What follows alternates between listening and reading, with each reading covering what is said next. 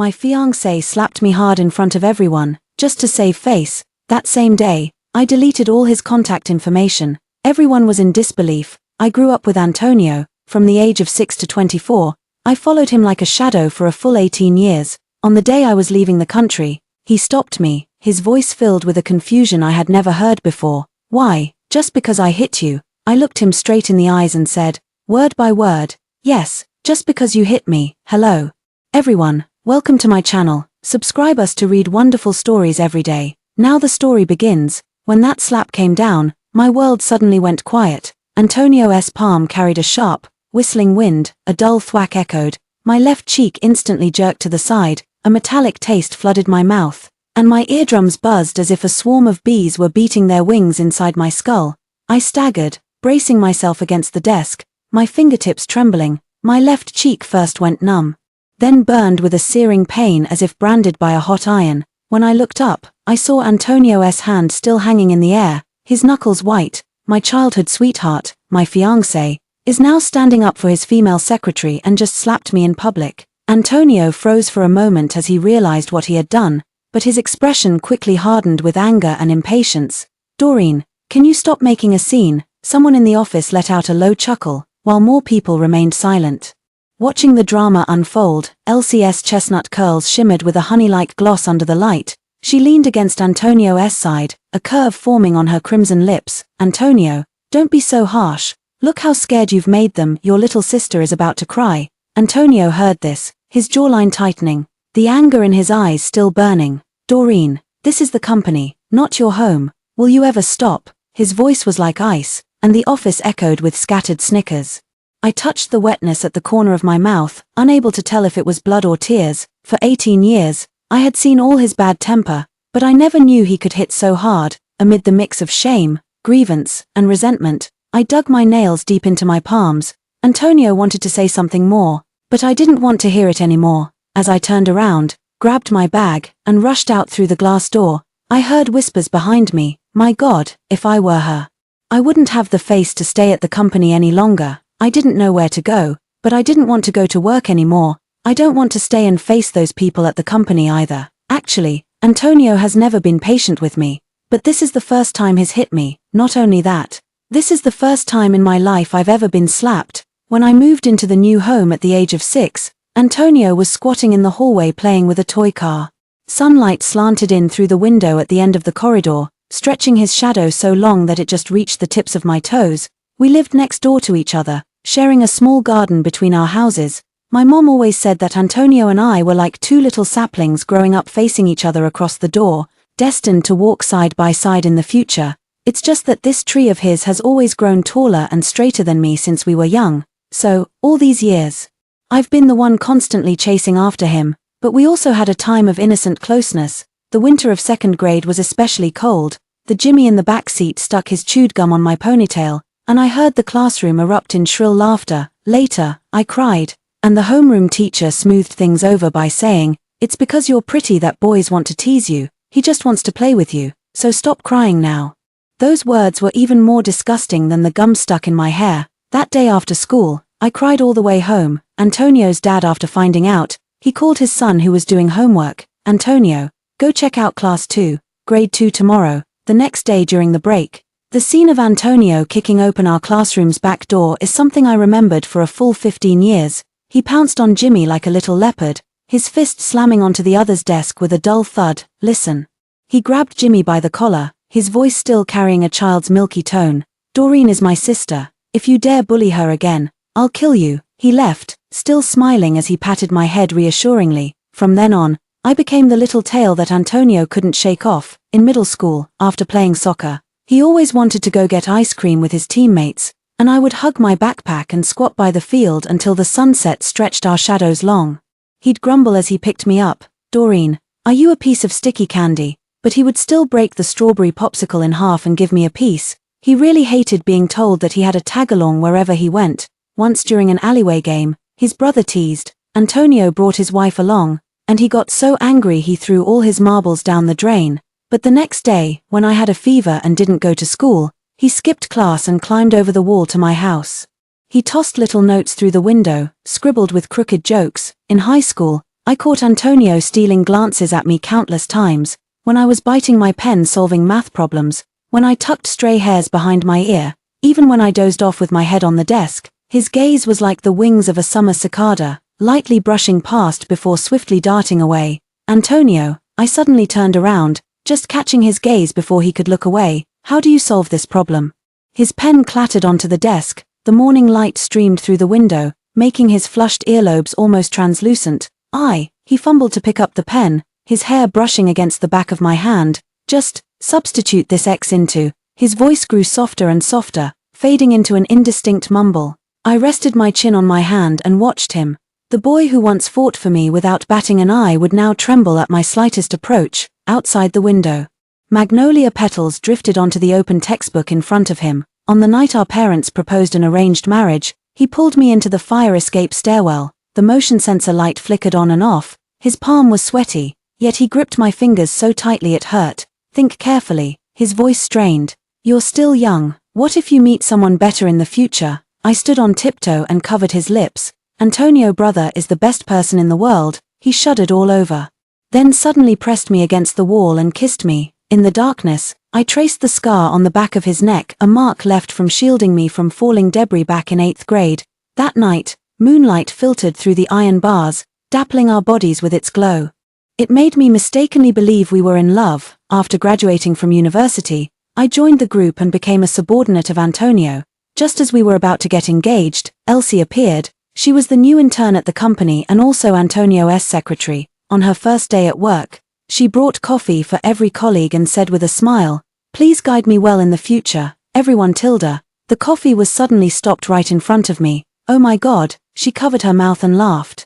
People still use Hello Kitty thermoses these days, so tacky. Seeing that I didn't respond, she bit her lip. "Sorry, I'm just blunt, I didn't mean to call you Uncle Tilda, but how old are you, sis?" Still so childish. I thought professional women were all sophisticated, elegant, and had great taste. The eyes of the entire office turned toward me like spotlights. My cartoon keyboard, figurine decorations, and even the edges of my monitor are all covered with Hello Kitty dustproof stickers. These items, once laughingly referred to by Antonio as Doreen's security blankets, were now being judged under everyone's gaze. At that moment, my eardrums buzzed as if someone had poured an entire can of sulfuric acid into my skull. This was the first time I had been maliciously mocked in public, and the shame made me want to disappear. Ha ha ha, sorry, I'm just a bit blunt when I speak, Tilda. She tilted her head, her newly done crystal nails tapping on my melody coaster on the desk. You're not the type who can't take a joke, are you, big sis? My knuckles turned white as I clutched the hem of my skirt. Enough, Antonio's voice came from behind. When I turned around, I saw the dangerous curve of a smile at the corner of his mouth. Sunlight poured in from the floor-to-ceiling window behind him, outlining his silhouette with a golden edge, and for a moment, it was as if he were the boy who fought for me back in middle school. Elsie pouted unhappily. I was just joking with my sister Tilda, mister. Antonio surely won't interfere with that, will you, Tilda? The office is not a place for chit-chat. Elsie, if you want to chat, I suggest you resign and chat to your heart's content. In the end, Elsie returned to her workstation, unwilling and resentful. I don't know Antonio and Elsie when they became close. Suddenly one day, the lunch delivered from home by the nanny became enough for 3 people. None of the dishes today are what I like. My voice was trembling. Antonio didn't even look up from the report. We're having light food today. Elsie said it's good to cleanse the system once in a while. Elsie sat down beside me with her coffee. Sorry, sis Tilda. I looked at her. She raised an eyebrow, a playful smile curling her red lips. I forgot you don't eat light meals. But eating more of them really is healthier. Sis, you should have more too. Aren't you wearing XL clothes now? Not like me. She deliberately left the sentence unfinished, but her upturned lips completed the rest. Do you enjoy calling people sis so much? My voice was soft, but my parents only have one daughter, and, if I recall, aren't you actually a month older than me? The office suddenly fell dead silent. Elsie's expression was as if she had been slapped, her carefully drawn eyeliner twitching. Antonio finally put down the document but frowned at me. Doreen, that's too much. The boy who once fought others for mocking me as a crybaby was now accusing me of being too much for another woman. Am I being too much? I think I'm the one interrupting you too, aren't I? I sneered, turned around, and walked away. Antonio instinctively hugged me, just like that time in middle school when I was cornered by bullies in an alley. But this time, His embrace carried the scent of someone else's perfume, and his compromise came with impatience. All right. I'll have the housekeeper make Chinese food tomorrow. Don't be mad, okay? Elsie's face instantly darkened. Starting the next day, Elsie targeted me even more intensely. I came to work carrying a bag with Linabelle on it, and she immediately exaggeratedly covered her mouth, raising her voice an octave. Wow. Chanel paired with Linabelle. Doreen, your taste is really something else. Which young person these days still likes this? We all buy Labubu. Okay, so outdated. A few male colleagues around joined in with laughter. At lunch, I wiped a pair of disposable chopsticks with a wet wipe, and she immediately nudged the guy next to her, deliberately mimicking me in a high-pitched voice. Oh my Tilda, the chopsticks need to be disinfected. Is this a Disney princess on the run? Ha ha ha Tilda. A few guys immediately made exaggerated funny faces as if it were the most hilarious thing.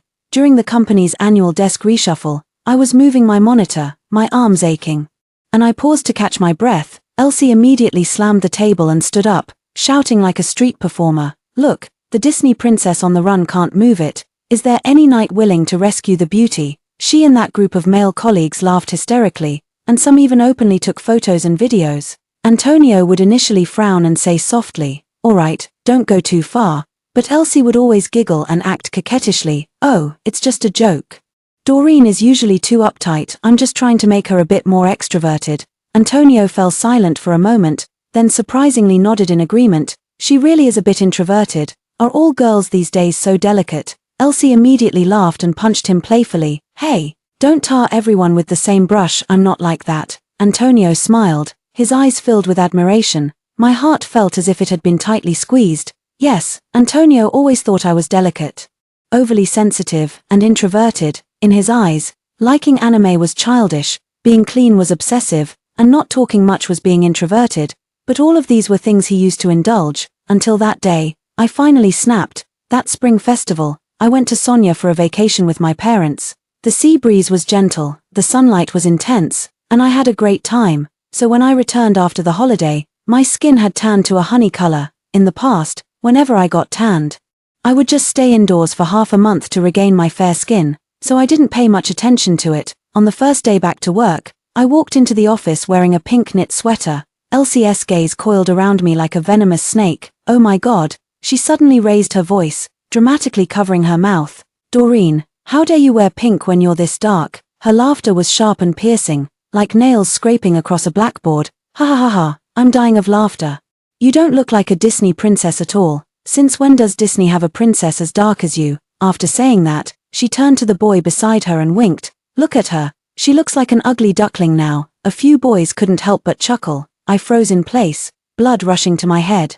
And Antonio, standing right beside her, glanced at me, the corner of his lips curling up slightly. At that moment, I heard something shatter. Perhaps it was the bond of 18 years as childhood sweethearts, or perhaps it was my affection for him as my fiancé. I picked up the coffee on the table and splashed it fiercely onto Elsie's face. Elsie let out a scream, her makeup instantly smearing as the coffee trickled down her cheeks like two black tear stains. Cough, cough, cough. Doreen, are you insane? She wiped her face in a fluster, her mascara smeared into a mess. I sneered, mimicking her usual tone. Wow, didn't you say you're a man? How come a man shows up to work with a full face of makeup, eyelid tape, false eyelashes, lipstick? You look more polished than me. A woman, how dare you call yourself a man? Several colleagues immediately rushed over to stop me. Antonio snatched the cup from my hand, his eyes as cold as ice. Doreen, apologize. I stared at him fiercely, my eyes burning, yet my voice remained eerily calm. When she humiliated me, you were laughing. Now that I'm just telling the truth,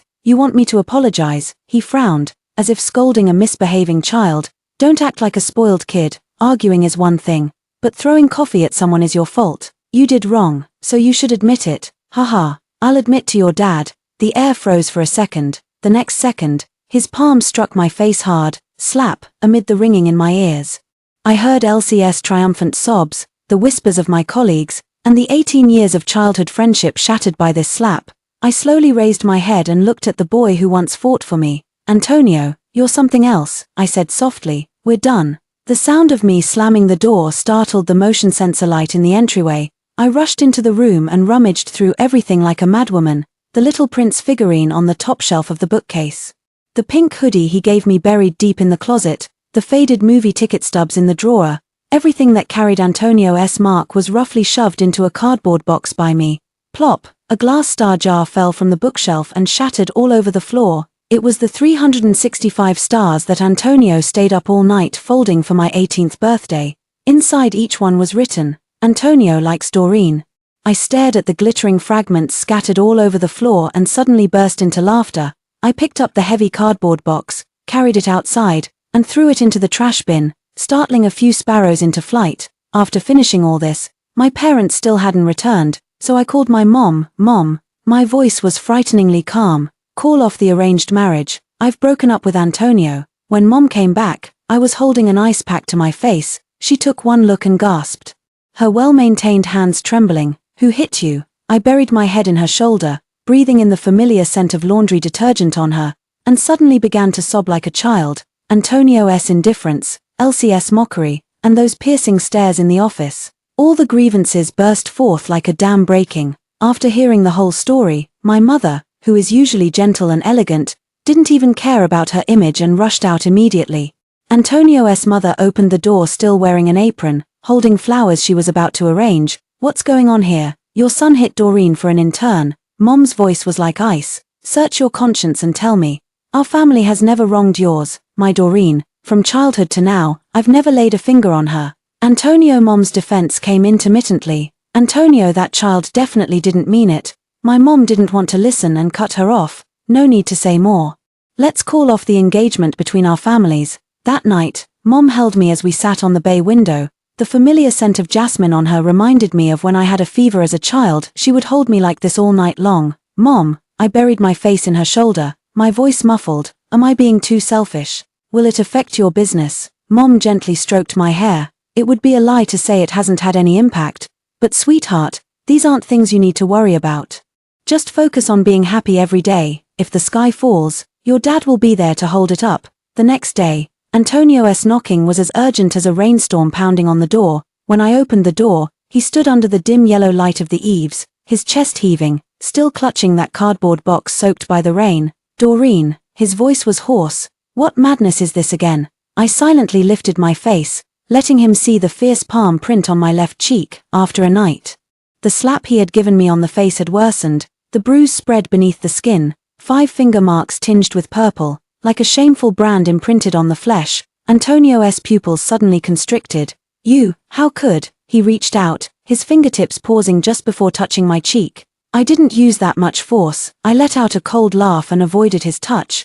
There was a time when I would even hold up a paper cut to his eyes, deliberately pouting and saying, "Antonio brother, blow on it." Back then, he would always call me a crybaby while carefully putting a bandage on me, yet it was also him who slapped me across the face. Antonio had never seen me so cold and distant, and for a moment, he seemed taken aback. "I'm sorry, I didn't mean to, Doreen. It's just that you were bullying a young girl at the company, and I got angry in the moment." I cut him off. "Since you're here, I'll tell you now, starting today, we're breaking up. And the marriage alliance between the two families is cancelled. Antonio, from now on, please call me by my full name. If we meet on the street, don't come up to me, and don't come knocking on my door like you did today." His pupils suddenly contracted, as if stung. The night seeped through the gap between us, casting a cold blue glow over his silhouette. "Get out." I leaned against the doorframe, my voice soft. "Antonio." Antonio looked at me with confusion. "Is it because I defended Elsie?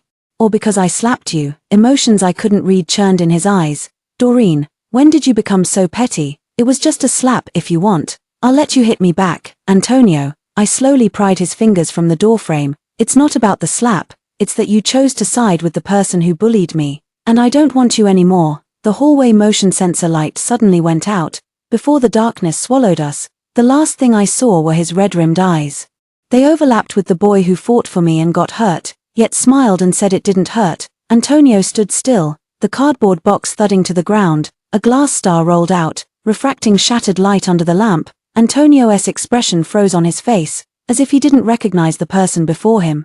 He had seen me cry, seen me laugh, seen me act spoiled and unreasonable, but he had never seen me like this, cold as ice. Even my gaze was sharp with frost. "I didn't mean to, Doreen." His Adam's apple bobbed, his voice hoarse. "I was just so angry I lost my head." I shook my head. I don't want to hear it. The night wind rushed in through the hallway window, scattering my final words. Antonio, don't come looking for me again. Antonio suddenly grabbed my wrist.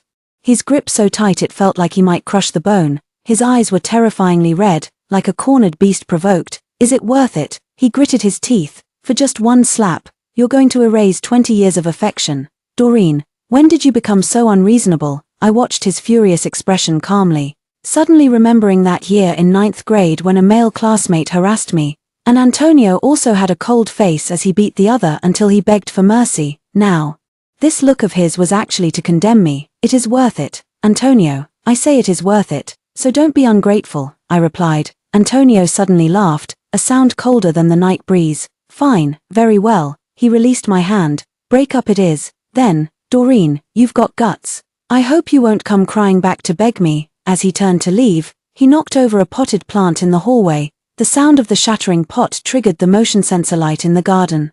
I stood in the flickering light, watching his figure disappear around the corner of the garden. It's like watching the boy who fought for me in childhood completely vanish into the passage of time. Next door came the click of a lock bolt snapping shut. Antonio's dad stood at the door. He saw me, opened his mouth, but in the end, just let out a soft sigh. That night I had a dream. I dreamed of 18-year-old Antonio shouting to me under the starry sky, Doreen, we will be together forever and ever. The next day at work, gossip in the office coffee room spread like wildfire. It turned out that Antonio and Elsie were officially dating. As I passed by with my Americano, I happened to see Elsie standing on tiptoe to adjust Antonio's tie. The freshly applied cherry-red nail polish on her fingertips glowed glaringly red in the morning light. Antonio Tilda, she cooed sweetly, let's go celebrate at my favorite Japanese restaurant tonight. Antonio's gaze drifted over her shoulder and suddenly met mine. He instinctively tried to step back, but was hooked by Elsie around the neck. She turned her head following his gaze and flashed me a triumphant smile. At the workstation, the group chat exploded with messages. I heard this morning Elsie came in Mr. Antonio's car. I saw a hickey on her neck. Is Director Doreen okay? I closed the chat window, remembering last month's department dinner when Elsie raised her sake and said, I hate being around women the most, they're so noisy, always chattering away. At the time, she was practically draped over Antonio's chair, adding, it's so much better hanging out with guys. Men aren't as fragile-hearted as those women, and you can say whatever you want, Tilda. As soon as she finished speaking, the female colleagues exchanged knowing glances. Early the next morning, Elsie posted on her social media with grievance, being isolated by my female colleagues again, crying. It seems speaking the truth really gets you ostracized, Tilda. The accompanying picture was the comforting Bulgari necklace Antonio had bought for her. That evening after work, I curled up on the couch and vented to my parents. Mother was arranging flowers and, upon hearing this, snipped off a thorn from a rose. I've seen plenty of people like her, sweetie. Don't get too close to her, or you might end up getting hurt. Auntie, it's not very nice to gossip about someone behind their back like this.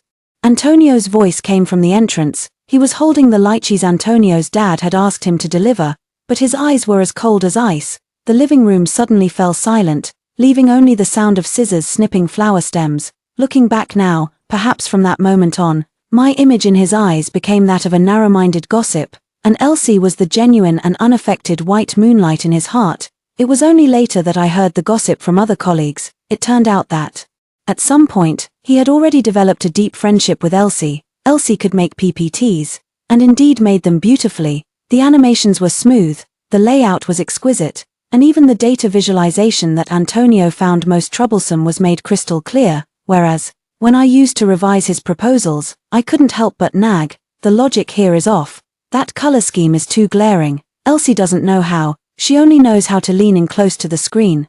Resting her chin in her hands, her hair faintly brushing against Antonio's arm. Antonio Tilda, I made this bar chart dynamic for you. Antonio's ears turning slightly red looks exactly like his reaction back when I suddenly kissed his cheek. It's even more obvious during team building activities. Last time at the team building event, we went to play pool. Most of my female colleagues and I have always kept our distance from such activities.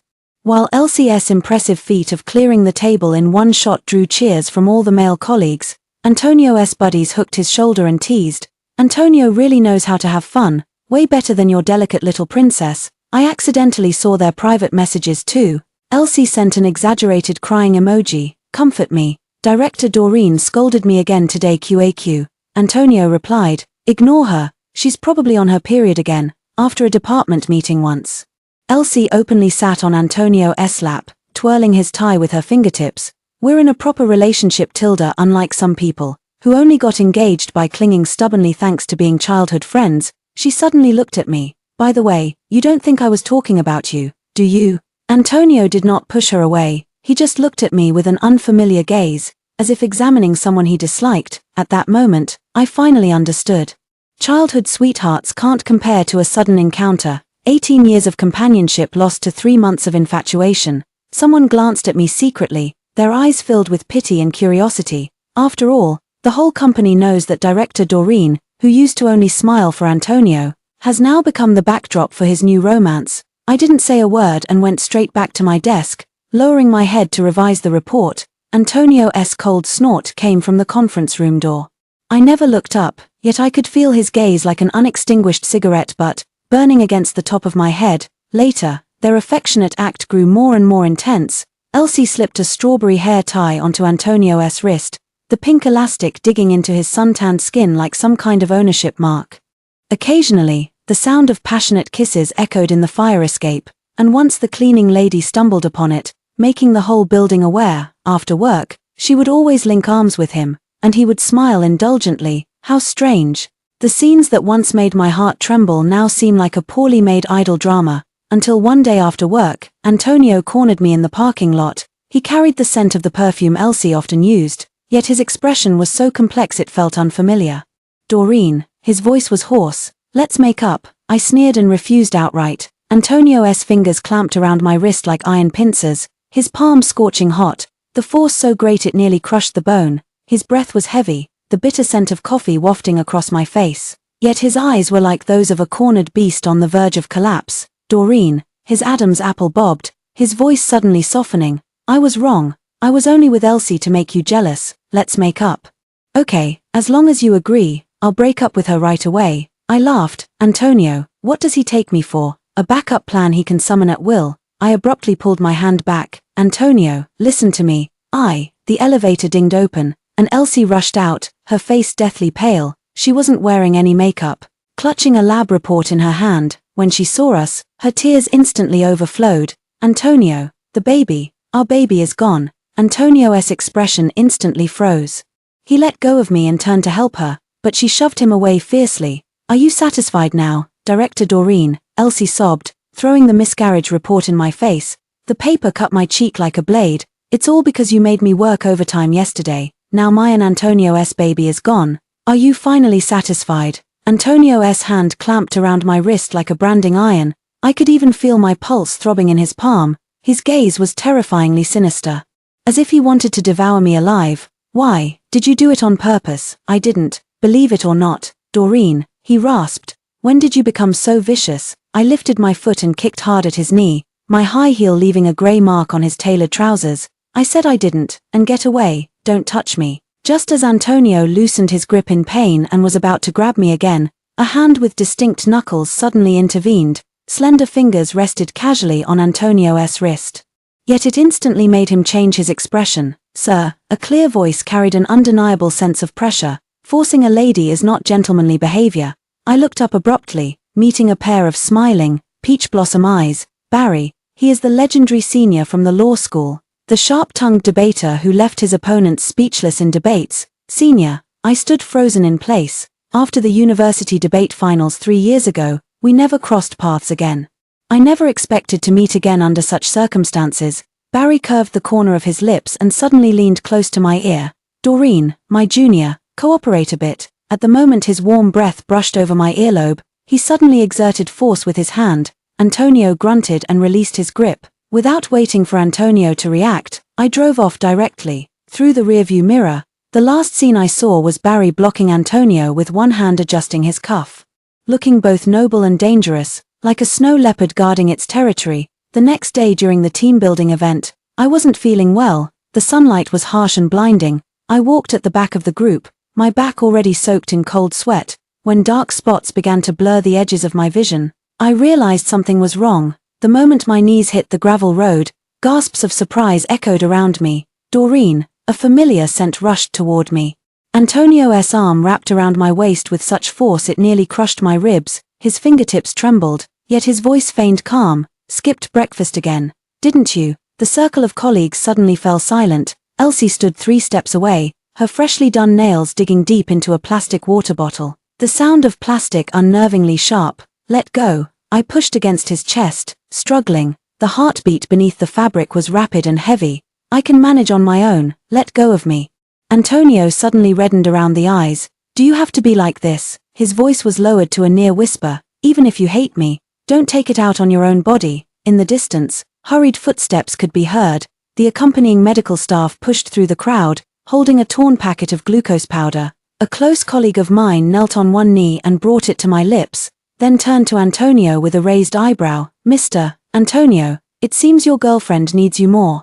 Following her gaze, everyone finally noticed Elsie crouching on the ground, clutching her stomach. Antonio froze in place, his grip finally loosening. I took the glucose and drank it all in one go. As the liquid slid down my throat, I suddenly remembered the basketball game when I was 16. Antonio had also dashed across half the playground back then, shoving a strawberry candy into my mouth when I had low blood sugar.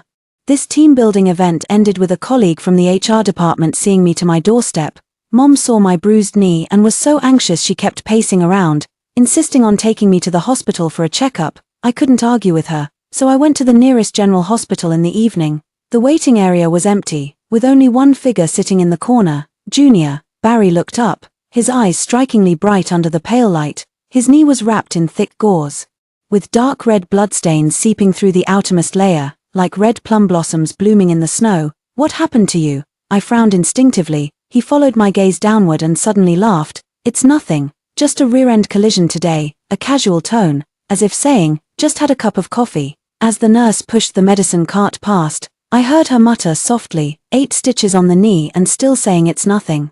Barry blushed at the tips of his ears and quickly changed the subject. "You look a bit pale, is it low blood sugar again?" He pulled a piece of fruit candy out of his coat pocket like magic, strawberry flavor. "I heard you like it." I felt too embarrassed to refuse, so I just nodded and took it. In the following days, we kept running into each other at the hospital. He came regularly to change his bandages, and I went for my blood sugar checkups. Sometimes when it rained, he would limp along with an umbrella and walk me to the parking lot. Very strange. This person, who once left his opponents speechless on the debate stage, turned out to be incredibly gentle in private. The sunlight in the hospital corridor was particularly bright that day. Barry sat on the bed in the dressing room, the tips of his ears flushed red. "Junior," he said, unconsciously picking at the loose threads of the gauze on his knee, "I think we're a good match. You're single, I'm single, how about considering me?" The medical report in my hand fell to the floor with a thud. "I'm sorry, no need to answer now." He bent down to pick up the report, not even flinching when the movement tugged at his wound. "I have plenty of patience." A week later, Barry's figure began appearing downstairs at the company. On Monday, he held a bouquet of dewy pink tulips, saying they reminded him of me when he passed by the flower shop. On Wednesday, he brought a limited edition strawberry cake, claiming it's buy one get one free. It'd be a waste not to eat it. On Friday, he even bought milk tea for all my colleagues. The most outrageous part was that Lisa, who sits next to me, actually offered her seat and winked at me, saying, "Director Doreen, Mr. Barry says he's here to discuss businesses." Tilda. The gossip in the break room is getting more and more outlandish. During lunch break, a close colleague cornered me in the restroom. "I heard Barry has an 8-pack. Is it true?" I don't know, liar." She shook my shoulders. "When he was carrying a bouquet of flowers yesterday, his shirt gaped open, and even Amy at the front desk saw his Adonis belt. Outside the glass door, Barry was bending over to fix my stuck drawer for me. The neatly pressed shirt hem lifted slightly with the movement, revealing a glimpse of a lean, taut waistline. Damn it. This person is definitely doing it on purpose. The gossip in the break room was just getting lively when she suddenly lowered her voice and leaned in close to me. "Seriously, Senior Barry's abs, are they really as hard as they say?" She gestured with her fingers in the air. "I heard that when he sweats, the lines of his muscles glisten. Tell me, how many abs does he have? Are they nice to touch?" I bit the straw, and suddenly a certain summer afternoon flashed through my mind. After winning the tennis championship, Barry lifted his shirt to wipe the sweat, and that lean waist and abdomen glistened like honey in the sunlight. "Seems like he has an 8-pack, I said without thinking, but I only saw it by chance. Doreen, you hit the jackpot," she suddenly screamed, startling me as I frantically tried to cover her mouth. At that moment, a crisp sound of shattering glass came from the office area. Antonio stood amidst the scattered fragments. Drops of blood from his fingertips staining the documents with dark red blossoms. Elsie was holding a tissue, about to wipe it, but he abruptly pushed her hand away. "Don't touch me." His voice was terrifyingly hoarse, yet his eyes were fixed intently on me. Sunlight slanted in through the floor-to-ceiling window, casting his face as pale as paper, his gaze as if he had witnessed the collapse of some world. Barry appeared behind me at some point, his warm palm gently resting on my shoulder. "Junior, I've made dinner reservations, let's go eat together after work." His voice was neither too loud nor too soft, just enough to be heard throughout the entire office area. Antonio suddenly bent down to pick up the glass shards, unaware that the fragments had cut his palm. Blood trickled down the watch strap, tracing a winding red line on the beige carpet. The entire office fell silent. Antonio's hand was still bleeding, crimson droplets falling from his fingertips and tapping softly against the floor. Finally, he walked up to me, his gaze stubbornly fixed on my face, like a gambler staking his last chip. "Doreen," his voice was hoarse beyond recognition, "I'm hurt, can you give me a band-aid?" I instinctively glanced at my bag. It did indeed always have band-aids on hand, cartoon-patterned, waterproof, medicated, since middle school. I've developed the habit because Antonio always gets bruised and battered playing soccer. I didn't, I heard myself say. Antonio's pupils suddenly constricted. He suddenly grabbed my wrist, his blood-stained fingertips leaving a glaring red mark on my sleeve. "You clearly, Mr. Antonio." Barry stepped in front of me, holding a freshly opened medical dressing. "Use this, I got it out for you." He glanced meaningfully at Antonio's bloody palm. "I'm afraid it won't be enough." Antonio staggered back half a step. He looked down at his blood-stained hand and suddenly laughed. That laughter was even more unpleasant than crying. "Doreen, you're really cruel." Elsie rushed over and grabbed him. "Antonio, I'll take you to the hospital. Let's go, get away." He shook off her hand. Antonio's blood was still dripping, forming a small, glaringly red puddle on the floor.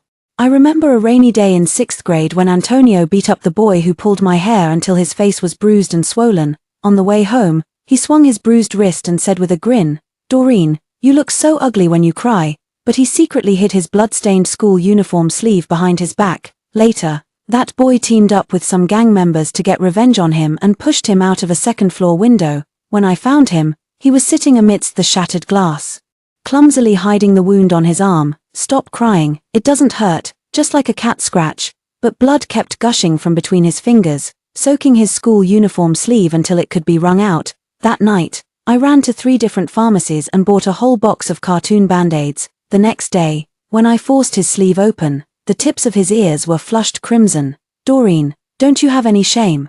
But he still obediently let me cover his scarred arm with pink kitten band-aids. What happened next? Later, Elsie walked past my workstation in her 10-centimeter high heels and deliberately knocked my bag off. When the Hello Kitty band-aids scattered all over the floor, she laughed so hard she trembled. "Oh my God, Director Doreen, are you still in elementary school? How can you use such childish things?" And Antonio stood behind her, a faint, almost imperceptible smile playing at the corner of his lips. "I didn't bring any band-aids." I looked into Antonio's eyes. "Haven't for a long time." Antonio suddenly began to tremble violently, his blood-stained hand clawed futilely at the air, as if trying to grasp a certain summer evening of ours.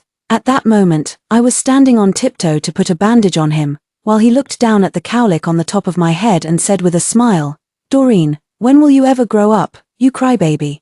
I averted my gaze, lowering my eyes. Antonio's hand hung in mid-air, a drop of blood falling from his fingertip and splattering into a small crimson flower on the floor. He suddenly smiled, a smile as fragile as a crack on ice. "Okay." A simple syllable seemed to drain all the strength from his body. He withdrew his hand, staggering as he turned, leaving a blurred, blood-stained palm print on the glass door.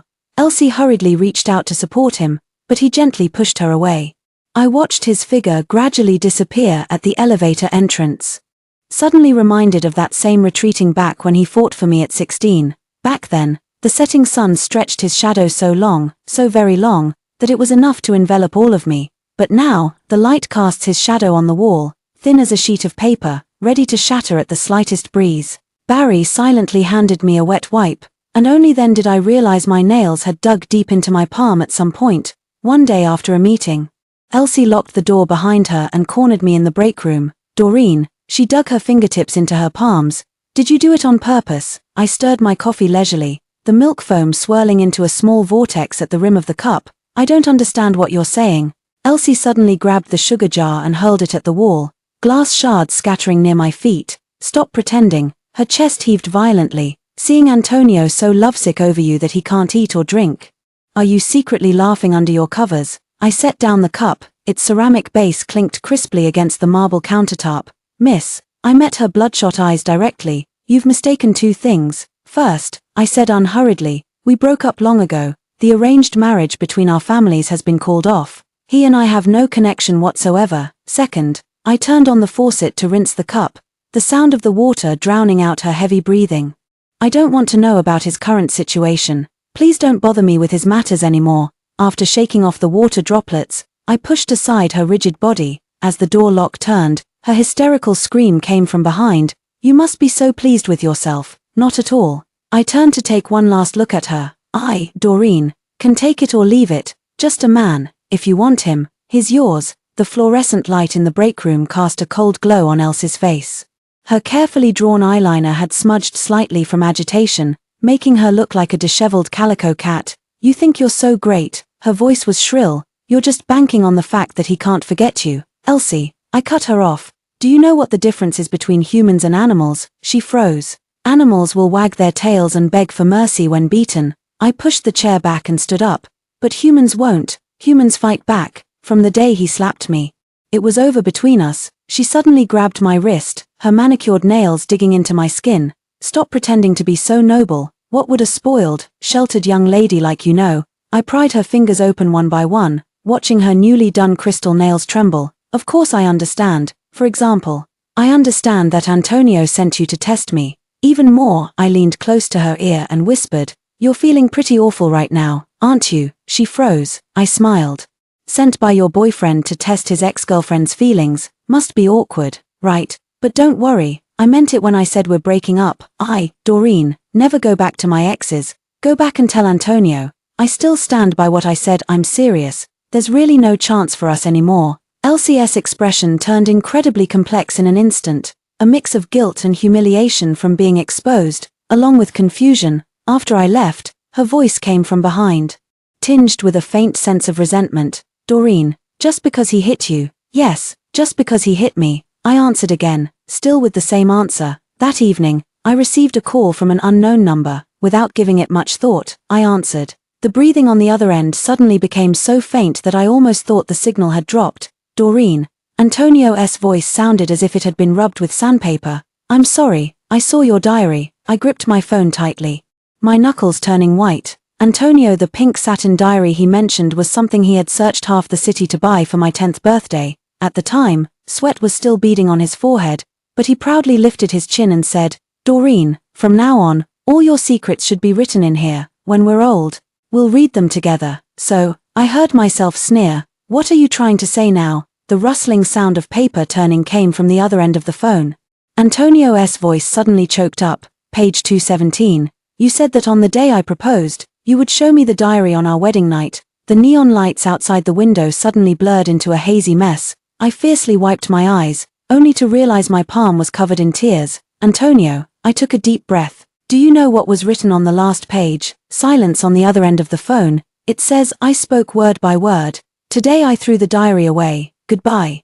My 18 years of affection. The sound of paper rustling urgently came from the other end of the phone, as if Antonio was frantically flipping through the diary. I'm sorry, his voice trembled. Doreen. I gazed at the snow falling outside the window. Enough, I interrupted softly. Did you see the date on the last page of the diary? The other end of the phone fell abruptly silent. It was the day you slapped me in public, I said coldly. Antonio. Nothing you say now holds any meaning for me. Span also, don't call me anymore, and don't look for me again. Span. Antonio, a decent ex should act as if they're dead. I hung up the phone. On my 24th birthday, my parents wanted to throw me a birthday party and asked me to invite my close friends. I didn't originally plan to invite Antonio, but thinking about how well Antonio's dad and aunt treated me when I was young, I sent him an invitation just the same. Barry also shamelessly asked me for one. On the day of the birthday banquet, Antonio entered with Elsie while I was pouring tea for Antonio's dad. Doreen has grown up. Antonio's dad patted my hand, but his gaze drifted toward the entrance. That scoundrel doesn't deserve you, uncle, let's not talk about this. I smiled and refilled his tea. Have some tea, it's quite good today. The birthday banquet was a complete success. Towards the end, I walked alone to the terrace, letting the night breeze cool me as I tried to rest for a while. The breeze on the terrace carried the chill of early autumn. When footsteps sounded behind me, Doreen. Antonio's voice was so hoarse it was barely recognizable. His suit was crumpled, his tie askew, and he reeked heavily of alcohol. I don't understand. Why did we end up like this? He suddenly grabbed my wrist. We were about to get married. We were walking together on the path to happiness.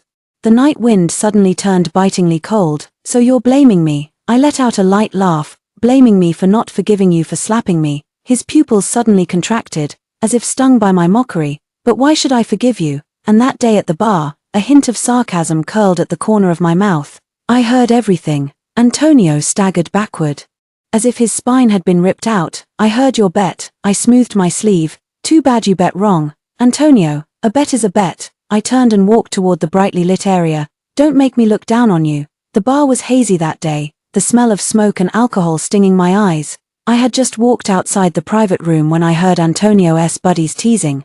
Antonio, you're something else, stringing the young lady along for so many years. Aren't you afraid she might really dump you this time? Antonio lounged lazily against the back of his chair, a playful smile curling his lips. A few sweet words will do the trick. After all these years, don't I know her well enough? Elsie suddenly leaned in close, her chestnut curls brushing his shoulder. If you ask me, Director Doreen is the easiest type of girl to handle. Tilda. Her red lips curled up.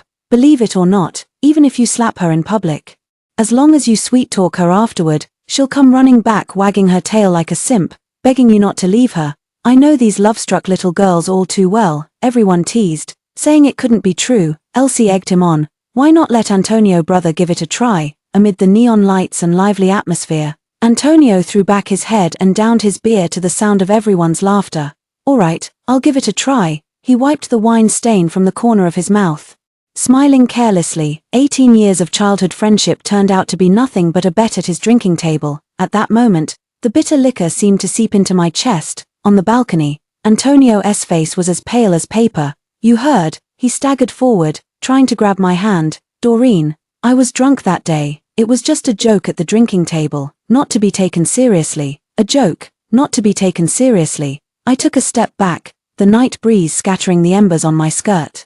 But the next day, you actually tried it. I didn't, Antonio. I touched my face. Don't deny it, it's so pointless. You know. He froze abruptly. I looked at him and said softly, weren't you the one who always said it's terrible to speak ill of others behind their backs? Look at yourself, how are you any better? A man who makes bets about his fiancée behind her back is truly despicable. Antonio's face instantly drained of all color. The moonlight illuminated Antonio's bleak smile. He opened his mouth, but in the end, he just let his arm drop helplessly. The night wind lifted the gauze curtains on the terrace. Antonio's suit shimmered with a bluish-gray hue under the moonlight, like a statue weathering away. His lips trembled, but no sound came out. I was wrong, actually, at that time. I wanted to know what you were thinking. I took a step forward, my high heels crushing his shadow on the ground. Did you think I would swallow my pride and forgive you? Or like what Elsie said, as long as you coaxed me a little, I would come wagging my tail like a dog. Antonio looked up abruptly, his eyes bloodshot. I looked straight into his eyes. But it doesn't matter. I don't care anymore. I don't care who you are or what you think. I don't care about any of it. Because I have no reason to care about someone who means nothing to me. No, He reached out to touch me but froze when he saw the undisguised mockery on my face. See, I chuckled. You still can't admit it. You've always looked down on me from the very bottom of your heart. Antonio's Adam's apple bobbed. If I hadn't acted, it wouldn't have. I interrupted. Antonio, you wavered in this relationship, didn't you? For a moment. You thought marrying me was predictable and boring. And then Elsie appeared. You found being with Elsie thrilling. She gave you a different kind of experience. It's perfectly normal, Antonio. You liked me because we grew up together and are well matched. But in the end, you don't love me, or rather, you don't love me enough. You think I'm beautiful, but that doesn't stop you from finding me dull, from feeling we're too familiar, that there's no spark left. But Elsie is different. She's the complete opposite of me. And you were drawn to her. But, Antonio, even without Elsie, there would be someone else, another young, beautiful, different from me, yet equally outstanding woman. It's just that you shouldn't have stepped on me to show off. I let out a cold laugh. How dare you hit me? Don't you know no one has ever hit me before? What are you? Tell me, Antonio, why did you dare to hit me? Who gave you the confidence? Antonio's expression was ashen and dazed. I had hit upon the darkest, most hidden, and most selfish desires deep within him, and he knew it. He could no longer argue. Doreen, did I lose you, Antonio?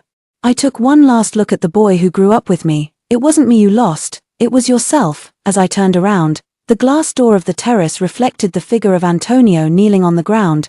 The moonlight on the terrace was like a cold blade, pinning Antonio's shadow to the ground. His suit was still impeccably tailored, but he seemed as if his soul had been drained, leaving behind only an empty shell. Do you not love me anymore? His voice was so faint it was almost inaudible. As if asking a question to which he already knew the answer, I looked at him. This boy, whom I had looked up to throughout my youth, now seemed as fragile as a lost child. I never loved you. Antonio's body suddenly swayed, as if struck by an invisible, heavy blow. What did you say? I like the boy who would fight for me, I said calmly, the one who secretly slipped me strawberry candies when my blood sugar was low. The night breeze lifted the hem of my skirt, and in the distance, I could hear my mom and dad laughing. But that Antonio died long ago in that barroom bet. Antonio's tears fell silently. He opened his mouth, but no sound came out. You know what? I took one last look at this familiar stranger. I'm glad now that we never got married. As I turned and walked toward the warm light, I heard a muffled sob behind me. The sound was quickly drowned out by the laughter of the banquet. Just like our past, it will eventually be washed away by time. Later, Elsie was let go. It is said that Antonio also broke up with Elsie. Antonio seemed like a different person. He began appearing in my line of sight every day, like a silent shadow. A warm cup of soy milk and custard buns would always appear on my desk in the morning. During lunch breaks, he would reserve the quietest corner of the cafeteria in advance. After work, his footsteps followed me like a shadow, always 10 meters away. What exactly do you want to do? I finally cornered him at the stairwell. The twilight filtered through the glass window, outlining his haggard silhouette with striking clarity. The cufflinks I gave him were still on his suit, the ones I saved 3 months' allowance to buy for his 18th birthday. His Adam's apple bobbed. Just want to repay everything I owe you. No need. I cut him off. The best compensation is for you to stop bothering me. Antonio, don't make me look down on you. I didn't tell anyone in advance about my decision to resign. I only treated a few close colleagues to a meal on my last workday to say goodbye to them. Antonio was the last to know that I was going abroad for graduate studies. I don't know where he got the news, but on the day I left, he chased after my car for a very long time. Outside the car window, that once high-spirited young man was chasing after me in a disheveled state. The plane trees on both sides of the road flew backward rapidly, and the figure in the rearview mirror grew smaller and smaller. Antonio's white shirt billowed in the wind, like a bird with broken wings. Doreen, his call shattered amidst the engine's roar. Mother glanced at me with concern, and I shook my head. In the rearview mirror, the running figure grew smaller and smaller, eventually disappearing beneath the plane tree at the corner. As the plane took off, I opened the window shade. At 30,000 feet, the sunlight was just right. Later, news about Antonio would occasionally drift into my ears. A friend said he had started drinking heavily, causing several drunken scenes at bars, that he had become a rising star in the business world, cold-blooded enough to send chills down spines at the negotiation table, and that he changed girlfriends faster than he changed shirts. I cared, but only as a distraction with my midday coffee, before turning back to continue writing my thesis. One day, London was graced by a sun shower. As I rushed into the classroom, I collided head-on with Barry's astonished face. His eyes were gentle, and he was dressed in casual clothes. Doreen, long time no see. He brushed the raindrops from my hair, his smile warmer than the sunset over the Thames.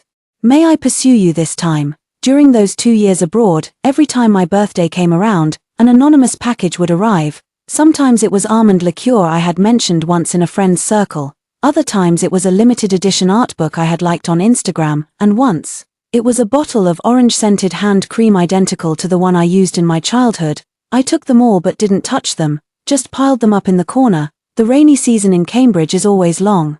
On graduation day, Barry waited for me at the library entrance holding an umbrella, his shoulders covered in cherry blossoms. He wore a graduation pin identical to mine on his chest, smiling brighter than the sunlight.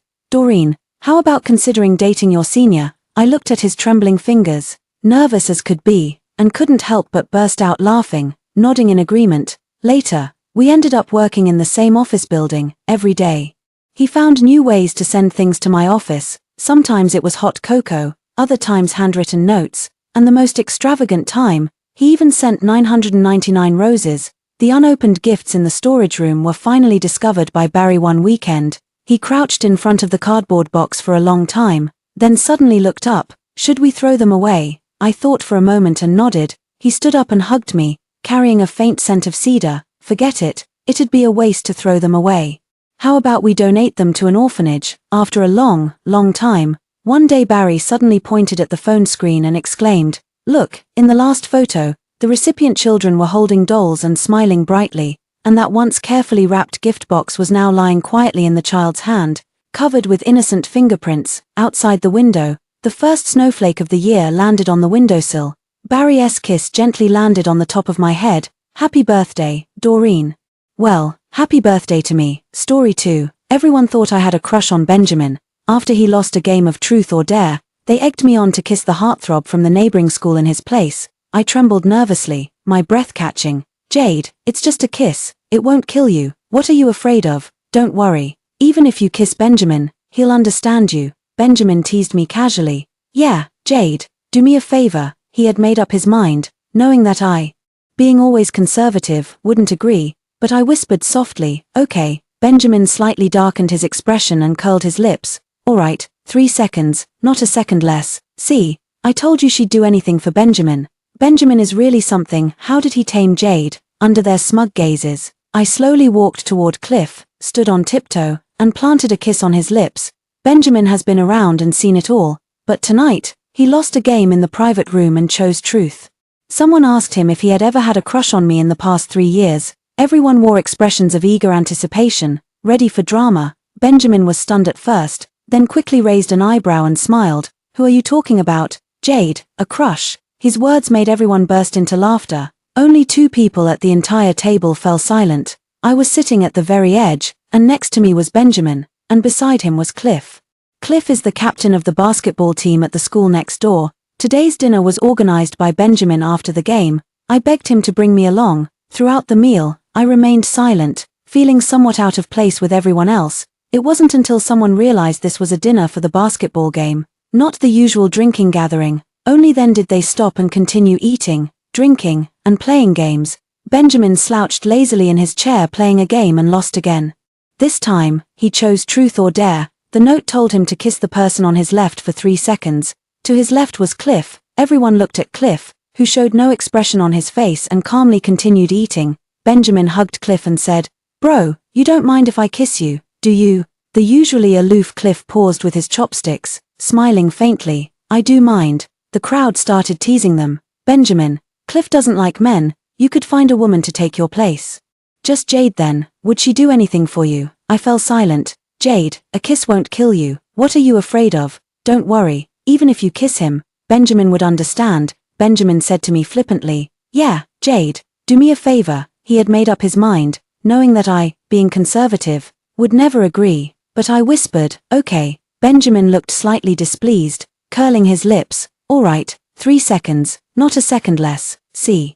I told you she'd do anything for Benjamin. Benjamin is amazing. How did he tame Jade?" I stood up and slowly walked toward Cliff. His face is so handsome, flawless in every way, afraid of ruining his beauty no matter where I kiss. My gaze shifted from Cliff's delicate profile to his lips. What did Benjamin say about kissing where again? Didn't he say, "So, is it okay for both the face and the mouth?" I solemnly bent down and leaned toward Cliff's face, and just as I was about to touch his cheek, I decisively moved forward and kissed him on the lips. Cliff's thick eyelashes trembled slightly, and his Adam's apple bobbed gently. Gasps of surprise sounded around us. "Awesome, Jade, 3 seconds, 3, 2, 2, 5, 2, 3, 2, 2. Cliff's lips were too soft, and I trembled with nervousness. 2, 15. Benjamin couldn't hold back any longer and irritably interrupted the countdown. 3 seconds are up, it's over. He pulled me aside with one hand, putting distance between me and Cliff. Noticing Benjamin's unpleasant expression, everyone immediately fell silent and obediently finished the meal. On the way back, Benjamin drove in silence and suddenly asked me, "Jade, you're getting back at me, aren't you?" I snapped back to reality. "What? That day I was kissing someone downstairs at the dorm. And you saw it, right? So today you're using Cliff to get back at me. You're so petty." I was just playing along for the moment, kissing, thinking back to a week ago, when I went to deliver something to Benjamin. I saw him with a beautiful woman, kissing passionately and unwilling to part at the dormitory entrance. Flamboyant and ostentatious, it fits his Benjamin rebellious, take-all-comers style. I didn't feel anything. Actually, I told Benjamin that I didn't like him, but he didn't believe me. When I was 10 years old, my family went bankrupt, my father fled with a pile of debts, I changed to my mother's surname, and not long after, my mother went abroad with a friend, so my uncle took me in. At that time, my uncle had just remarried, marrying the heiress of the Channing family, who was Benjamin's mother, and became Benjamin's stepfather. After getting the consent of the Channing family, my uncle brought me over. Benjamin was the same age as me, with a mischievous nature. He liked to tease and bully me. Half a year later, I didn't feel like putting up with Benjamin anymore. He noticed and condescendingly tossed some money at me. "Jade, you're short on money, aren't you? Then be my follower, and I'll pay you." He guessed right. I have no one to rely on, and I can't keep depending on my uncle forever. He's already in a subordinate position in the Channing family, and I need money. With money, I could move away and also secure a foundation for myself. At the beginning, Benjamin knew I was accommodating him for the money. Later, he thought I had genuinely fallen for him. It all started with a basketball game back in my first year of high school. At that time, Cliff and Benjamin lived in a villa area and attended the same high school. I, on the other hand, was at a high school in the suburbs. Only on weekends could I return to the Channing family villa, where I learned that Benjamin and Cliff had a match. I asked him if he could take me along. Benjamin looked at me with a puzzled expression. "What's this? Didn't you say just a few days ago that you wanted to study and didn't want to go out?" I felt a bit guilty. "It just so happens that this week isn't too busy." Benjamin bent down and leaned in close, his breath falling on my face. "Really not busy. I heard from Uncle Chu that you've been staying up late studying recently. I thought you weren't coming back this week." "Jade, you didn't come back just to watch my basketball game, did you?" he said, his eyes slightly warm, as if he had discovered some secret. "You're not falling for me, are you? Holy shit, Jade, are you serious?" Benjamin was still muttering, and I quickly waved my hand to stop him. "No, you've got it wrong, I don't like you." Benjamin looked surprised and didn't listen to a word I said, instead taking out his phone to call his friend on his own. "You know what? Jade is just like you guessed, she really does like me.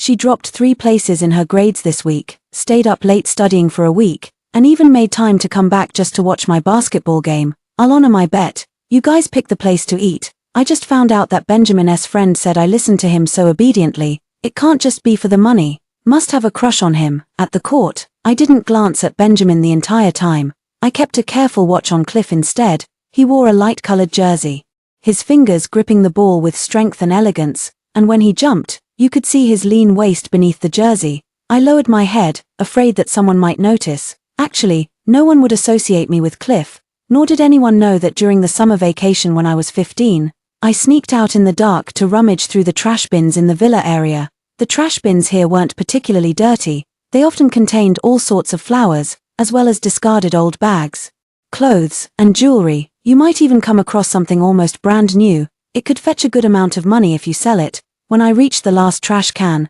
I spotted a ring in the drain outside the villa and struggled to fish it out. I ran into Cliff, who was rushing out in his pajamas. The young man was slender and tall, with a faint, pleasant fragrance about him, which made a stark contrast to me holding a trash bag. I instantly blushed.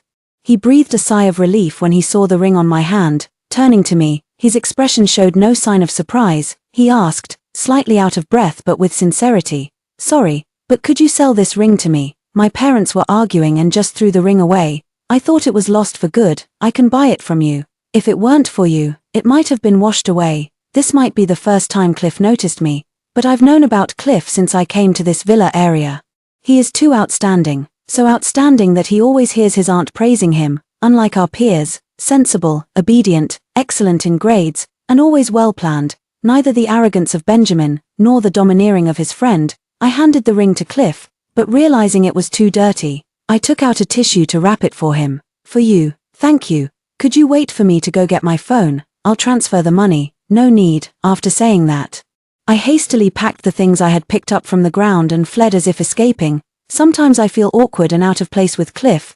That night I was thinking, it's okay to be out of place for now. One day, I will stand before Cliff with a whole new self. I secretly kept track of everything about him. I would attend every basketball game he and Benjamin played in. I found out which city and university he wanted to go to. All along the way, he became the goal I set for myself. While chasing this goal, I was also working on improving my own inner shortcomings and lack of self-confidence. That year, little me achieved the third highest grade in my year, and for the first time, I received admiring looks from my teachers and classmates. Only Benjamin, when I urged him to study as my uncle had instructed, thought that I liked him. When I participated in his basketball games, he thought I liked him. When he repeatedly ordered me to do unreasonable things, I endured it for the money, and he thought I liked him. I no longer wasted time explaining to him, focusing all my energy on acing every exam.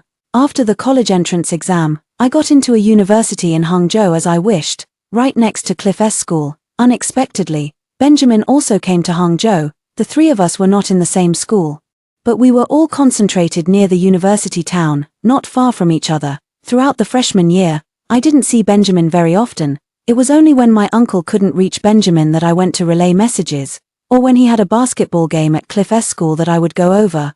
During their sophomore year, the two schools organized many competitions. I went to every single one. Benjamin joked with his friends, saying he had never seen someone as clingy as me.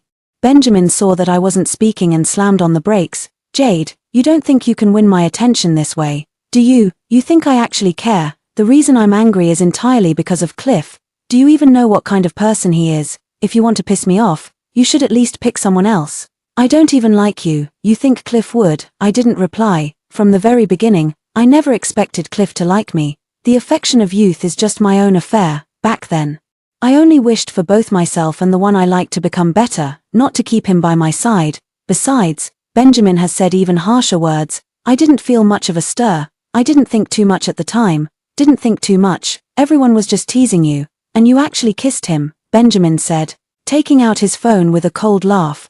The group chat is almost dying of laughter, and someone even posted your photo on their moments to mock you.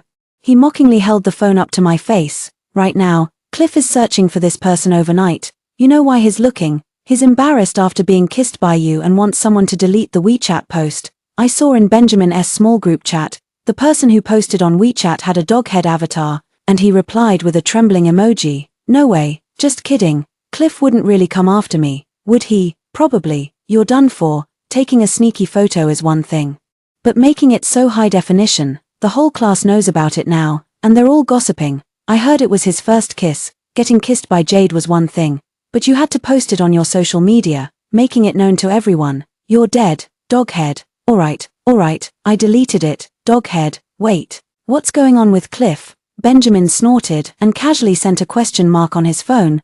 Doghead sent several shocked emojis in a row. Holy crap. Cliff actually asked me if I have the original photo from the moment's post. I held my breath. I saw that person quickly retract the message. Benjamin also saw it and replied disdainfully with a voice message. "Typo, right, clearly asking if you've deleted the photos in your moments." After speaking, he turned off his phone, his expression slightly uneasy. "Alright then, if you don't like it, I'll break up with that person. It's just that the girl seems to really like me a lot." Speaking of which, Jade, who would like a silent Gord, especially with the kind of relationship we have? Silent Gord, that's what Benjamin often teases me about. He dropped me off at the school gate and coldly told me not to go to the basketball game next week. I softly murmured in agreement. After a week, my uncle called me, saying he couldn't reach Benjamin and asked me to check on him.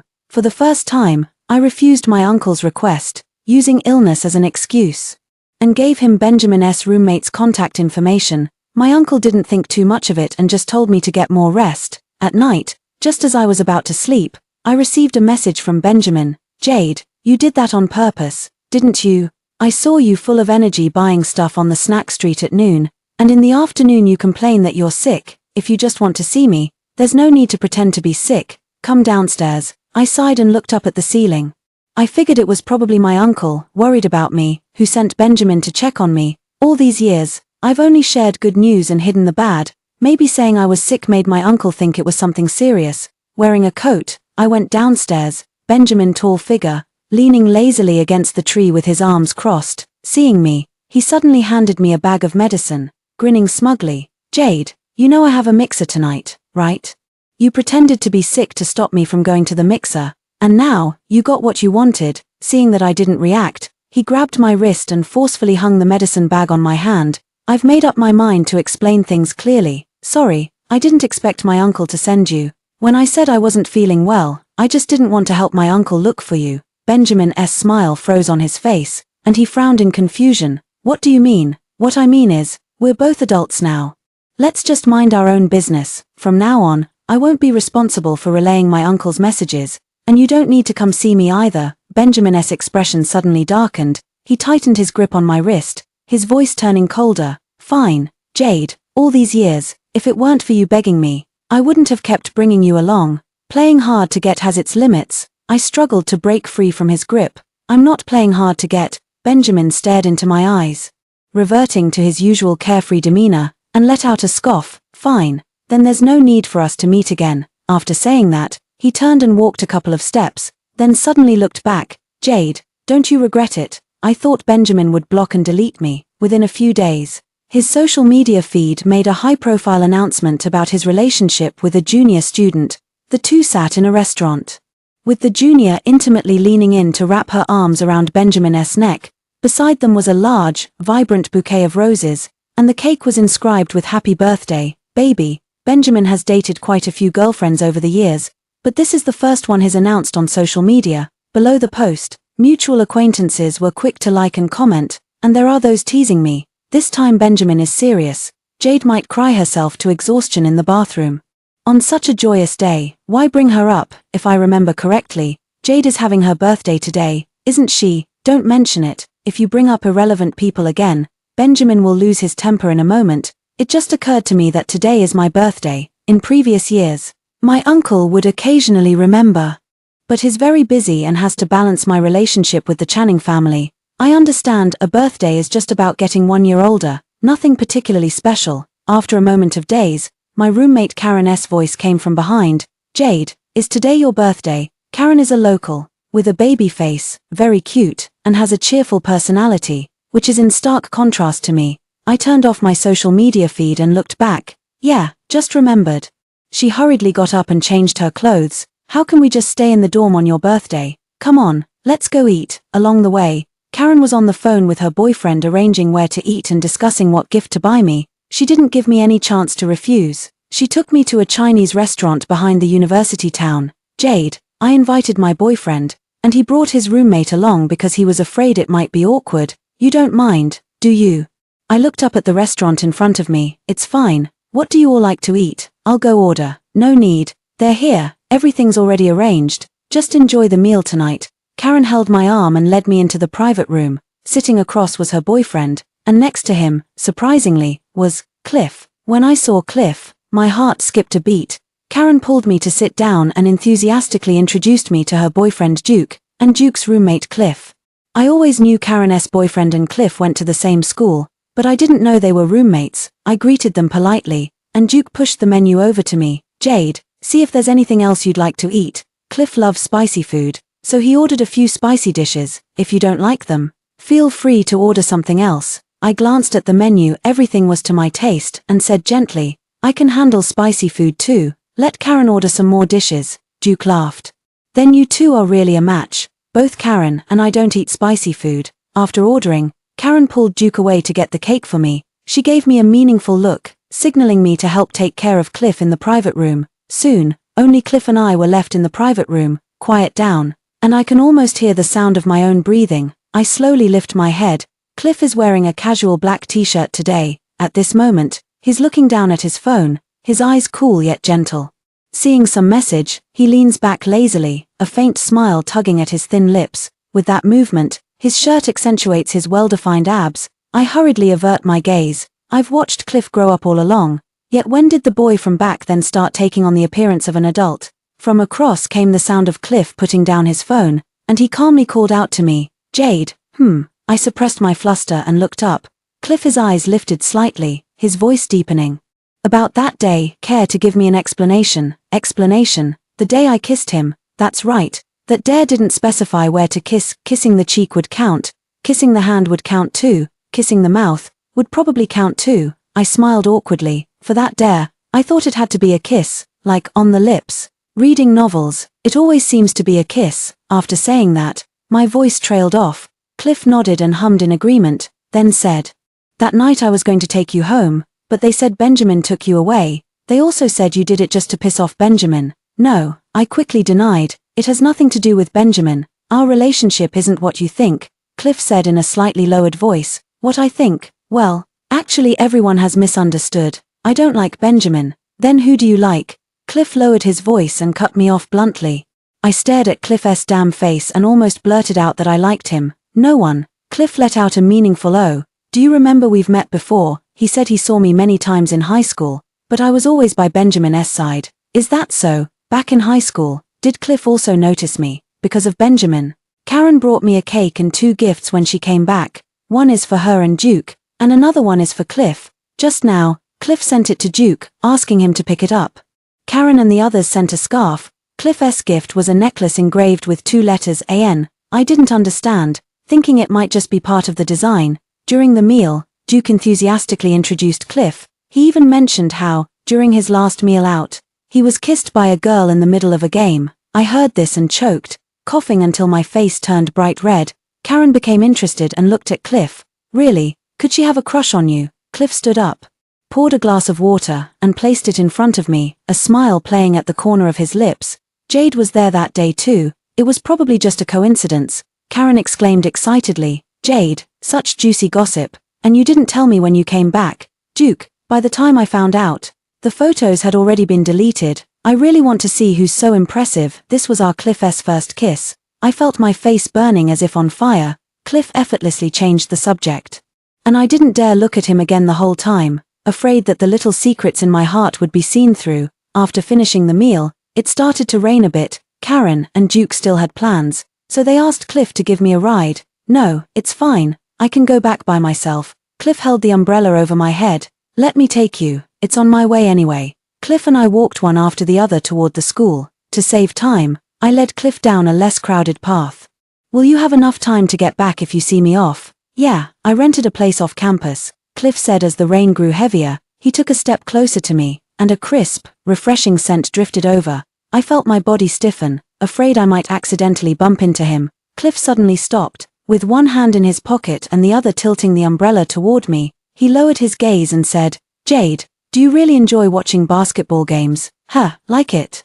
I've been interested in competitions since I was a kid, having attended Benjamin's many basketball games. If I said I didn't like it, Cliff wouldn't believe me anyway. He might really think I like Benjamin. He chuckled lightly. "Then next week, I have a game. Want to come watch?" My heart beat uncontrollably, and I heard myself agree. "Sure." Cliff took out his phone and showed the QR code. "I'll send you the time and location later, back at the dorm." I stared at Cliff's Instagram for a long time. His profile picture was a black background, and his moments were set to show only the last 3 days. Just moments ago, he had posted his latest update. It was a picture of my birthday cake. It doesn't seem wrong either. I treated everyone to a meal, and those who came to the party gave their blessings. But I still felt a bit dazed. The next day Karen came back, and I casually asked her how Cliff ended up coming to my birthday. She said Duke had called out in the dorm group chat, saying he was going to his girlfriend's roommate's birthday party. Cliff was the first to reply with a 1 in the group chat. He was also surprised, as it was rare to see Cliff come out for a meal, but during those few days, he had been feeling quite down and probably wanted to get some fresh air. "Cliff, were you feeling down those days?" I told Karen about the basketball game, and she said she would go with me. However, Duke doesn't play basketball, so we'll cheer for Cliff together. The next few days, everything was normal, except for the explosive social media posts by Benjamin, all kinds of flashy displays of affection. To restore peace to my social circle, I directly blocked him. The main reason for not deleting him was out of consideration for my uncle. I also learned from the social circle that Cliff's hand was injured while chopping vegetables the day before the basketball game, so he couldn't play in the game. Then, Cliff, Karen, Duke, and I all sat on the sidelines watching. In the crowd, I spotted the flamboyant Benjamin at first glance. When he saw me, he paused briefly, then quickly shook his head and continued shooting the ball. Karen and Duke were being all lovey-dovey nearby. I couldn't help but smile and step away from them a bit. Turning around, I saw the basketball flying straight toward me. Instinctively, I leaned back, and at the last moment, Cliff deftly intercepted the ball with one hand, stood up, and threw it back onto the court. This drew a mix of gasps and applause from everyone. On the field, Benjamin looked unwell and was playing more aggressively. I looked down and saw Cliff's bandaged hand, which was stained with blood from blocking the ball. He said calmly, "It's fine, I'll just rebandage it later." "Seems like quite a bit of blood. Cliff, should I go with you to the hospital now?" Cliff glanced at his hand and didn't refuse any further.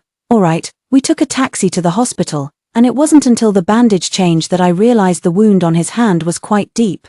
The doctor explained the precautions and then glanced at me. "Young lady, remember, your boyfriend's hand must not get wet. Change the dressing on time." I was taken aback for a moment. Cliff smiled and replied for me.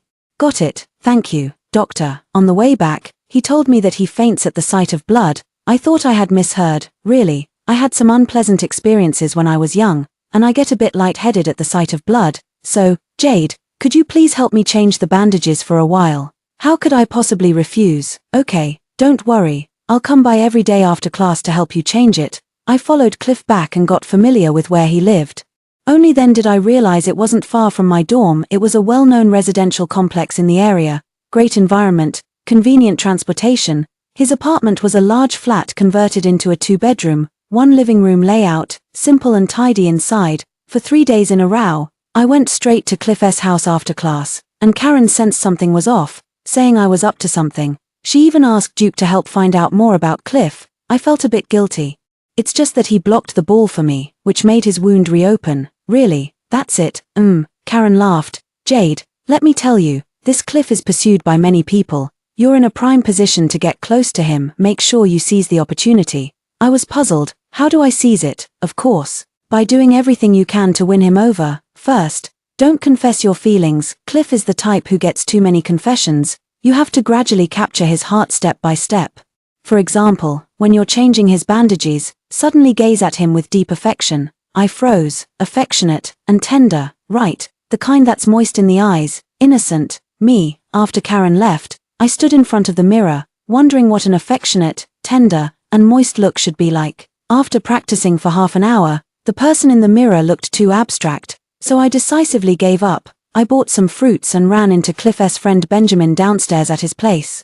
He and his friend were smoking downstairs waiting for someone. When they saw me, his friend teased, "No way, Benjamin, you just moved in and Jade is already rushing over." "Jade, if you don't mind, Benjamin and his wife are hosting a housewarming dinner. Want to come over tonight?" Benjamin said coldly. "Forget it. It's not appropriate for outsiders to come." I had a bit of a headache. "Benjamin, I've told you I don't like you. Can you control your friend?" His friend said sarcastically. "Oh, stop pretending. Everyone knows all those things you've been pestering Benjamin about over the years." As he finished speaking, Cliff, holding a bag of trash, walked between Benjamin and his friend, knocking the cigarette out of Benjamin's hand. Benjamin frowned. His friend was about to curse when he saw Cliff and snorted with a laugh. "Captain Cliff, you live here too?" Cliff ignored his remark, took the fruit from my hand, and Benjamin's smile froze on his face. His friend looked even more shocked. Cliff asked me, "How about going out to eat tonight? I've been making some simple dishes these past few days." Cliff has been helping out. I was distracted. "Anything is fine." Just as Cliff and I were about to pass by Benjamin on our way upstairs, he suddenly grabbed my wrist, his gaze cold and sharp. "Jade, don't take it too far. If you mind me dating, just say so. Did you have to find another man to make me jealous?" Cliff wrapped his arms around my shoulders from behind, subtly pulling my wrist as he raised an eyebrow with a light laugh. "Benjamin, your girlfriend is right behind you. Don't drag Jade into this. It's easy for people to misunderstand." I went upstairs with Cliff. Benjamin sighed. "What's going on? Did Jade latch onto Cliff just to make you jealous?" Then came Benjamin's girlfriend's questioning voice, followed by the crisp sound of him being slapped. When I got upstairs and put the fruit in the fridge, I realized my uncle had called me several times. I called back, and he said Benjamin had just contacted him, feeling unwell, and asked me to accompany him to the hospital. Cliff sat on the sofa and unwrapped the bandage on his hand. I hurried over to help, covering his eyes with one hand and pushing him backward. He sank into the sofa, and I stood between his legs, close enough to feel the warmth of his thighs.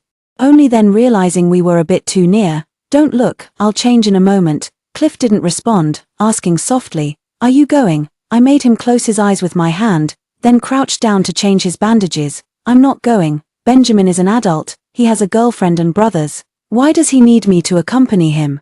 Cliff asked lightly again. What if he didn't have a girlfriend or brothers? Would you go then? No, I answered bluntly, dressing the wound as I spoke. You still need me here. I can't go. I don't want to miss the time spent with Cliff. His wounds will heal eventually, and I won't always have the chance to be by his side. Cliff smiled faintly and hummed in agreement. Has Jade ever told you I'm afraid of the dark?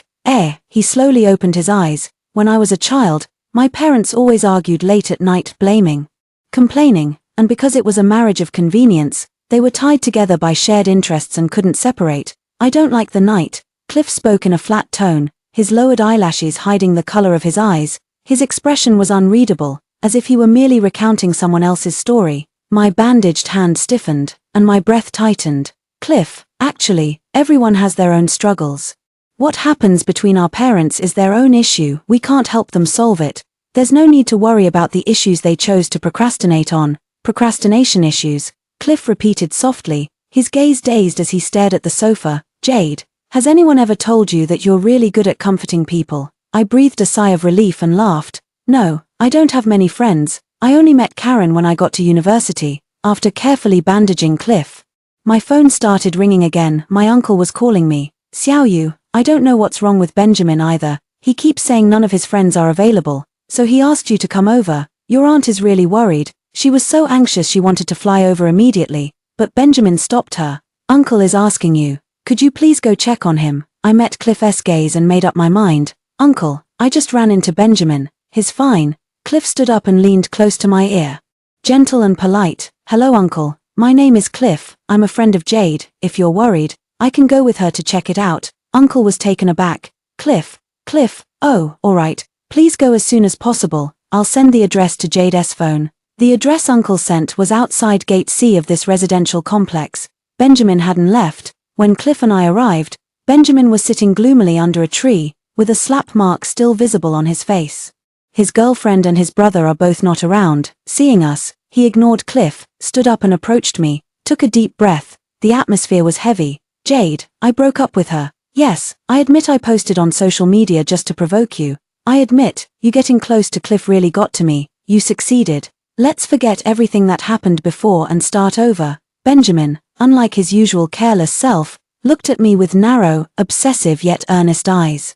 Seeing that I remained silent, he slowly let out a sigh, tugged lightly at the corners of his lips, and ultimately said nothing more, only reaching out to try and hold me. I took a step back to avoid it, and Benjamin's hand froze midair. I asked quietly if Cliff could wait for me nearby. He didn't hesitate, nodded, and walked aside. I turned to look at Benjamin, who took another step forward. I stopped him with one hand, my expression serious. Benjamin, I'm telling you for the last time. I really never liked you, not in high school, and not now, never. Benjamin suddenly laughed. How could that be? Words can deceive, but actions can't. Jade, don't fool yourself. I raised my voice slightly. Benjamin, who's really fooling themselves, you or me? Benjamin was stunned and spoke urgently. Me, fooling myself. If you don't like me, why do you rush back every weekend to watch my basketball games? You don't like me, yet you keep pushing me to study over and over again. If you didn't like me, why did you come to City H2 after finding out I changed my college preference to there? Jade, I said it. I said I could apologize for what happened before. Benjamin, I cut him off, completely losing my patience. You don't need to apologize to me. I listened to you to earn a living. Your uncle asked me to help you study, and going to watch the basketball game was never because of you.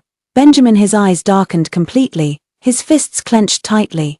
Then who was it for? Cliff. Benjamin, furious and red-eyed, he interrupted me. I don't believe it, not a single word. Stop talking. I ignored him, word by word. From the very beginning, it was because of Cliff. He was there, that's why I begged you to take me to the basketball game. If it weren't for you all teasing and egging me on that day, he and I might never have crossed paths. Benjamin suddenly showed a fierce expression in his brow, and he warned me harshly.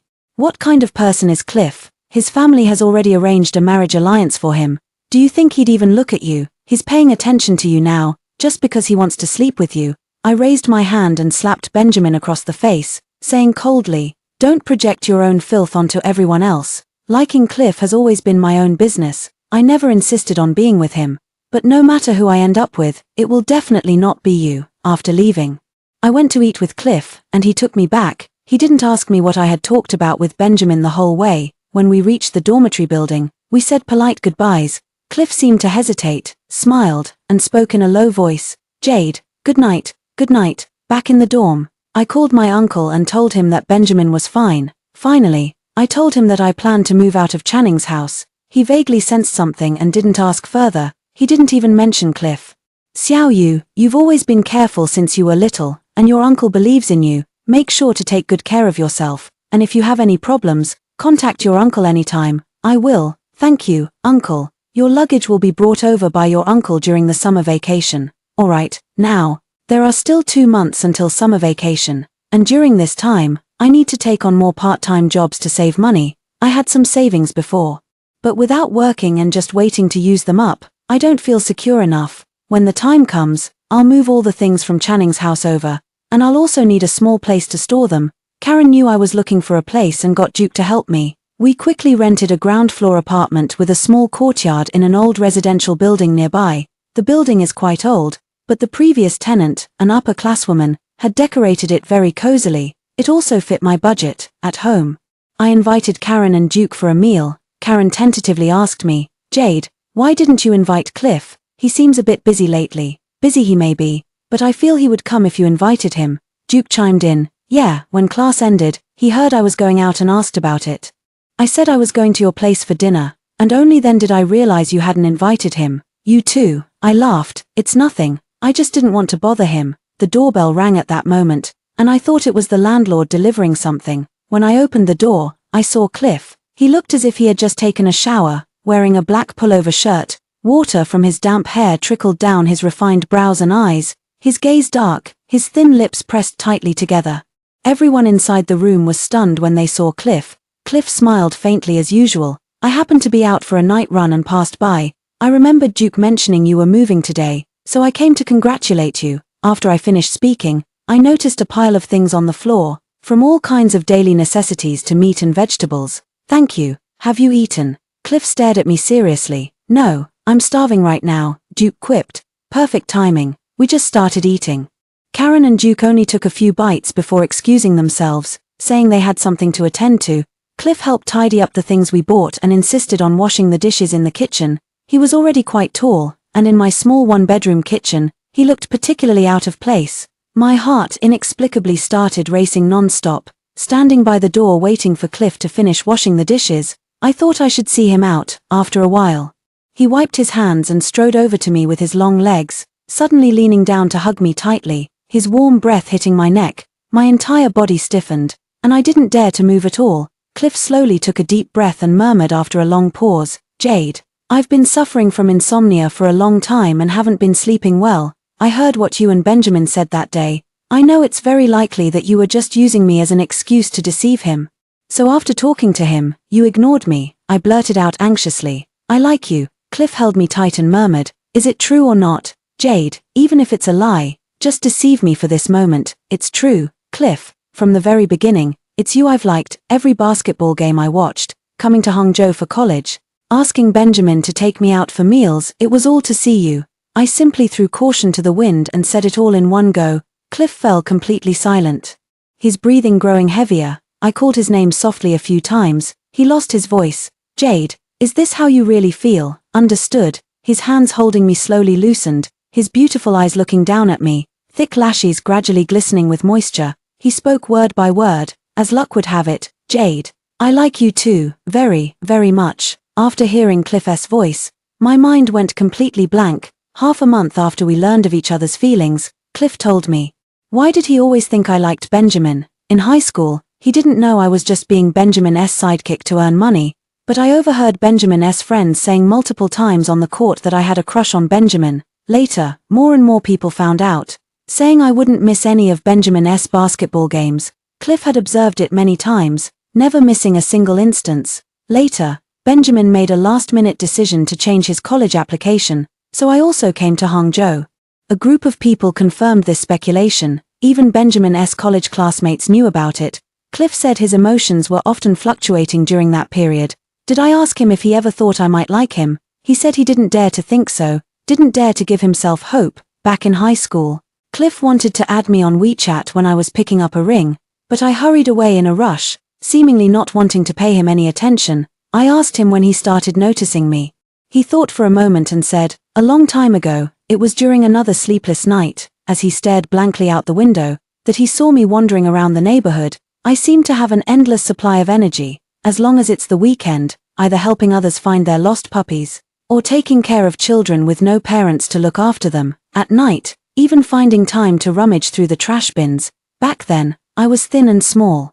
But my face had a stubborn look that was hard to miss, fearless of hardship and unwilling to admit defeat, making me easy to remember. He found out about my family situation after asking around. He learned that I needed to focus entirely on my studies and also needed money, so he started tossing quite a few good things into the trash can along the path I always took. Sometimes it was even wrapped in a bag. My head was buzzing from the noise. At the time, I thought it was dropped by some pretty girl. But it turned out to be Cliff. After the college entrance exam, Cliff wanted to find me, but Benjamin told everyone while playing basketball that I was planning to follow him to Hangzhou. He held back again. He could only frequently ask Benjamin to play ball, just to see me. At that dinner, he just wanted to see how far I would go for Benjamin. 1 second, my heart was bleeding. The next, I was kissing his mouth. When I got back, I found out someone had taken a photo and posted it on their Moments. After it was screenshot and shared in a group chat, I immediately went around looking for the person, asking them to delete the post, and also requesting the original photo, pleading with them to keep it confidential. That night, he wandered around aimlessly, and ended up sharing his first kiss with the person he had secretly loved for years. Cliff spent the whole night convincing himself, how could this not be fate? Besides, he also realized Benjamin simply wasn't worth it. A month after we knew each other's feelings, Cliff accompanied me to watch a horror movie, and I didn't blink my eyes the whole time. After the movie ended, Cliff leaned close to me. "Not scared, Jade?" I shook my head. "Not scared." "Then what should I do? I'm quite scared and a bit afraid to sleep alone." I looked at my one-bedroom apartment. "Then you'll sleep in my bed tonight, and I'll take the sofa, mainly because the sofa can only handle my length. Cliff is too tall." "Oh." After saying that, Cliff suddenly turned and leaned in closer, his eyes darkening, whispering to me in discussion, "Jade, I'm still scared. Can you kiss me one more time?" I could smell Cliff's pleasant scent and nervously swallowed. "How long?" 3 seconds, he said hoarsely. That works too." I watched as his thin lips pressed against mine, still soft like last time, only growing warmer the more we kissed. He didn't let go until my neck grew stiff from the angle. Cliff finally releasing me with flushed lips. After a long moment, he said seriously, "Jade, I'll prove it to you. The most important step will definitely come after we're married." I suddenly realized he was responding to Benjamin's humiliating words that night. It was giving me, who had no one to rely on, a basic sense of security. I never told Cliff that I don't believe in marriage, nor in promises. People always love to say temporary things when emotions run high. It's true, and it's also true that it has a time limit. I just didn't expect that every time after that. It was Cliff who hit the brakes in time, restraining himself, often taking cold baths. Cliff's parents also got divorced in our senior year of college, in the 4th year of being together. Cliff proposed. It wasn't as difficult and full of obstacles as I had imagined. We smoothly met the parents and got our marriage certificate. On the wedding day, Karen quietly told me that it wasn't that there were no obstacles, but rather that Cliff had spent the past few years finding ways to clear all the obstacles ahead of us. He told Duke that these obstacles were never mine to begin with, they were his. My eyes welled up with tears. After the wedding, we returned to our new home, and he immediately turned off both of his phones. In the dim light, Cliff's slender fingers placed the tie from around his neck into my hand, whispering softly, "Jade, tonight is for making up for the old times."